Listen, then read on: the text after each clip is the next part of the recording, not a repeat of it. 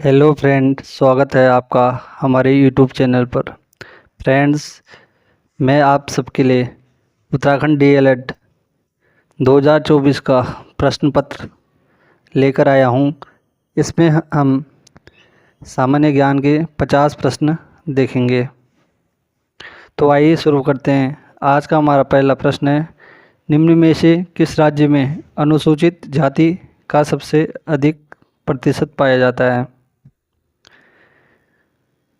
Option, तो इसका right answer हो जाएगा ऑप्शन नंबर डी, पंजाब में सर्वाधिक एससी पाई जाती है।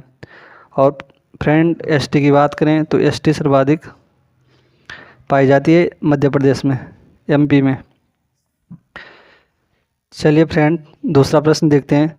निम्नलिखित में से किस नदी बेसिन द्रोणी भारत में सबसे बड़ा है? तो इसका राइट आंसर हो जाएगा ऑप्शन नंबर बी, इसका करेक्ट आंसर हो जाएगा गंगा। गंगा क्या है? भारत की सबसे बड़ी नदी है। प्रश्न नंबर तीसरा देखते हैं। न्यायिक पुनरावलोकन का अधिकार किसे है? तो इसका राइट आंसर हो जाएगा ऑप्शन नंबर डी, इसका करेक्ट आंसर हो जाएगा न्यायिक पुनरावलोकन आर्टिकल 137 में है।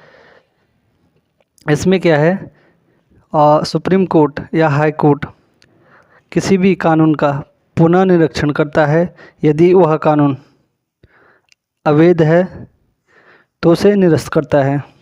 तो पूछा जाता है बार बार कि न्यायिक पुनरावलोकन का अधिकार किसके पास है? हाई कोर्ट और सुप्रीम कोर्ट के पास। ठीक है, ये भी पूछा जाता है किस आर्टिकल में? आर्टिकल 137 में। ये भी पूछा जाता है कि कहाँ से लिया गया यह न्यायिक पुनरावलोकन लिया गया अमेरिका से। कहाँ से? अमेरिका। चलिए फ्रेंड, अगला प्रश्न देखते हैं। निम्न में से कौन सा एक उष्णकटिबंधीय चक्रवात नहीं है? तो इसका राइट आंसर हो जाएगा ऑप्शन नंबर बी, गरजता चालीसा इसका राइट आंसर हो जाएगा। बिली आता है ऑस्ट्रेलिया में। टाइफून आता है फ्रेंड चीन में। और हरिकेन कहाँ आता है? अमेरिका में। अगला प्रश्न है, भारत के उच्चतम न्यायालय में न्यायाधीशों की संख्या में वृद्धि करने की शक्ति किसमें निहित है? तो इसका राइट आंसर हो जाएगा ऑप्शन नंबर बी, संसद के पास निहित है। अगला प्रश्न है, निम्नलिखित में से किस वर्ष में मुस्लिम लीग ने एक पृथक राष्ट्र का संकल्प पाकिस्तान प्रस्ताव स्वीकार किया था? तो इसका करेक्ट आंसर हो जाएगा ऑप्शन नंबर डी, 1940 इसका करेक्ट आंसर हो जाएगा। अगला प्रश्न है, भारतीय संविधान के किस अनुच्छेद के अंतर्गत भाषण एवं अभिव्यक्ति की स्वतंत्रता की गारंटी दी गई है? तो आर्टिकल 19 अनुच्छेद 19 में अभिव्यक्ति और स्वतंत्रता की आज़ादी दी गई है। अनुच्छेद 19 में आरटीआई भी है, आरटीआई सूचना का अधिकार अनुच्छेद 19 के अंतर्गत रखा गया है। अगला प्रश्न है, मोबाइल फ़ोन का आविष्कार किसने किया था? तो उसका राइट आंसर हो जाएगा ऑप्शन नंबर बी, इसका करेक्ट आंसर हो जाएगा मार्टिन कपूर। अगला प्रश्न है, एनईपी 2020 के अध्यक्ष हैं कौन है? कस्तूरी रंजन इसके राइट आंसर है। अगला प्रश्न है, भारत सरकार अधिनियम 1935 की निम्नलिखित में से कौन सी विशेषता नहीं है? केंद्र में द्वैध शासन प्रणाली, ये सही है। अखिल भारतीय संघ भी है, प्रांतीय स्वतंत्रता भी है। ऑप्शन डी इसमें गलत हो जाएगा, प्रांतों में द्वैध शासन प्रणाली। ठीक है, ये गलत हो जाएगा। प्रांतों में द्वैध शासन प्रणाली 1919 में लगी थी। अगला प्रश्न है, भूदान आंदोलन के प्रवर्तक कौन थे? तो उसका करेक्ट आंसर हो जाएगा option number A, Vinoba Bhave. अगला प्रश्न है, किस अनुच्छेद के तहत संविधान ने संसद को संविधान और उसके प्रावधानों में संशोधन करने की शक्ति प्रदान की है? तो कई बार पूछा गया है प्रश्न। आर्टिकल 368 संविधान संशोधन से संबंधित है। अगला प्रश्न है, निम्नलिखित युग्मों में से कौन सा एक सम्मिलित नहीं है? Pitt's India Act, Warren Hasting, doctrine of lapse, Lord Dalhousie, Vernacular Press Act, Lytton Ilbert Bill Ripon.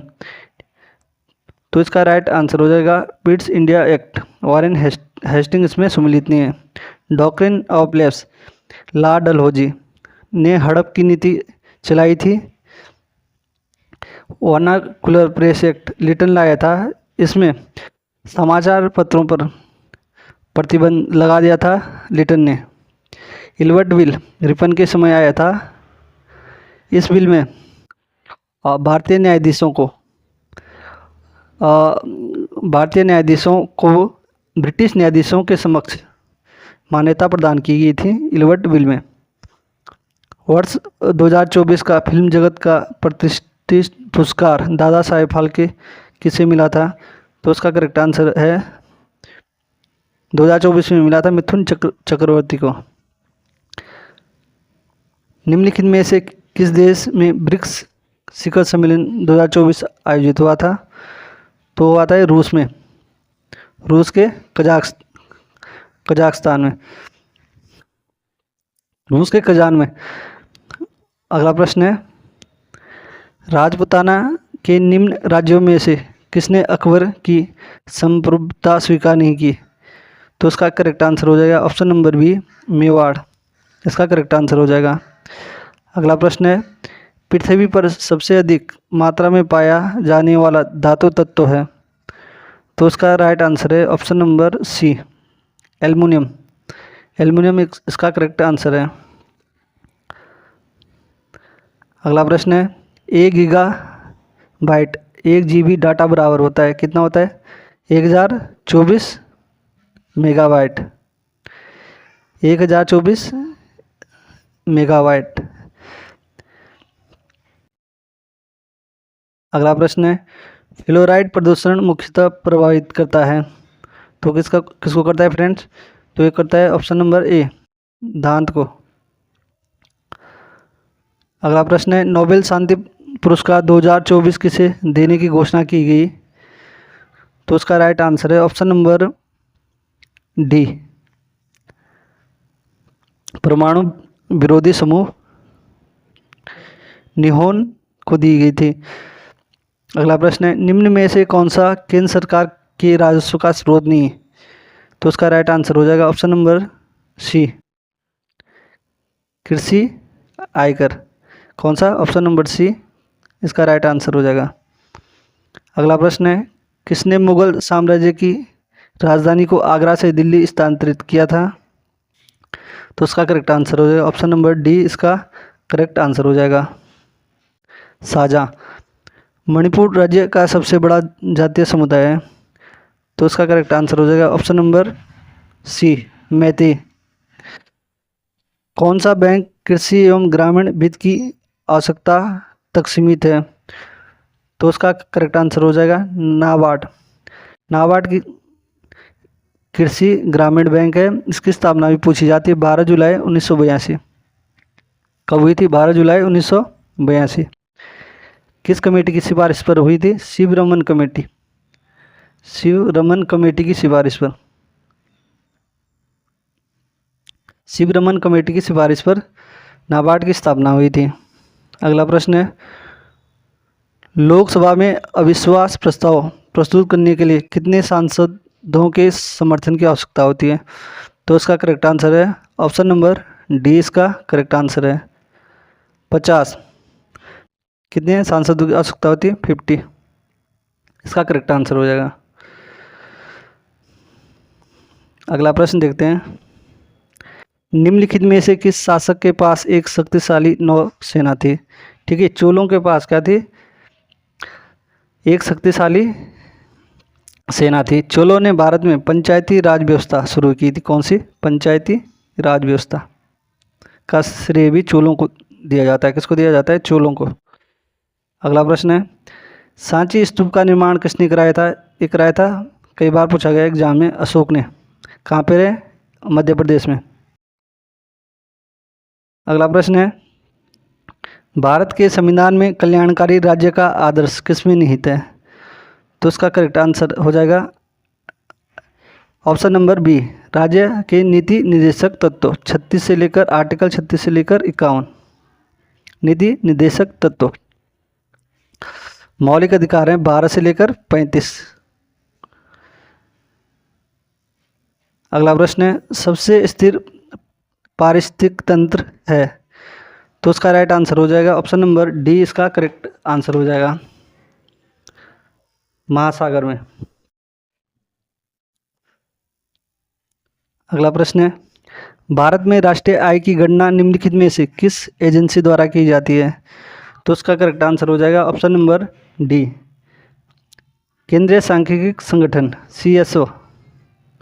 इसका राइट आंसर हो जाएगा केंद्रीय सांख्यिकी संगठन।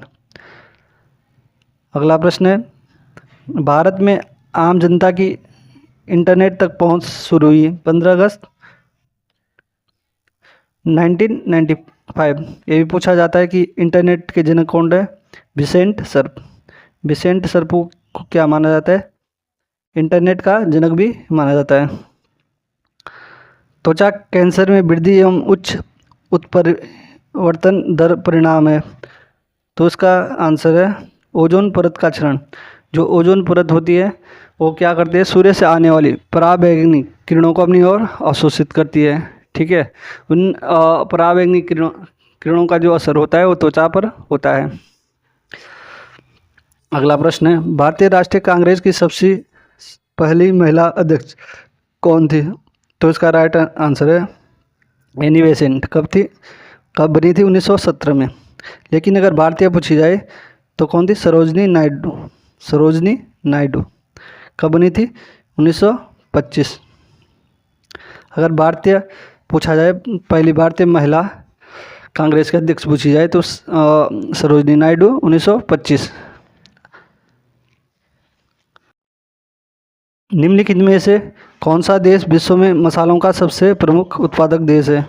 तो इसका करेक्ट आंसर हो जाएगा ऑप्शन नंबर बी, भारत। किस दिन विश्व एड्स दिवस मनाया जाता है? ये भी कई बार एग्जाम में आ गया। 1 दिसंबर को। तारपीन का तेल प्राप्त किया जाता है तो कहाँ से प्राप्त किया जाता है? चीड़ से। चीड़ का वैज्ञानिक नाम है पाइनस रॉक्सबेरी। अगला प्रश्न है, भारत में सबसे पहले किस जैव मंडलीय आरक्षित क्षेत्र की स्थापना की गई थी? तो उसका करेक्ट आंसर है ऑप्शन नंबर सी, इसका करेक्ट आंसर हो जाएगा नीलगिरी। अगला प्रश्न है, भारत में सर्वाधिक चाय उत्पादन करने वाला राज्य है? तो उसका करेक्ट आंसर है option number C, Assam. Kerala है मसालों में।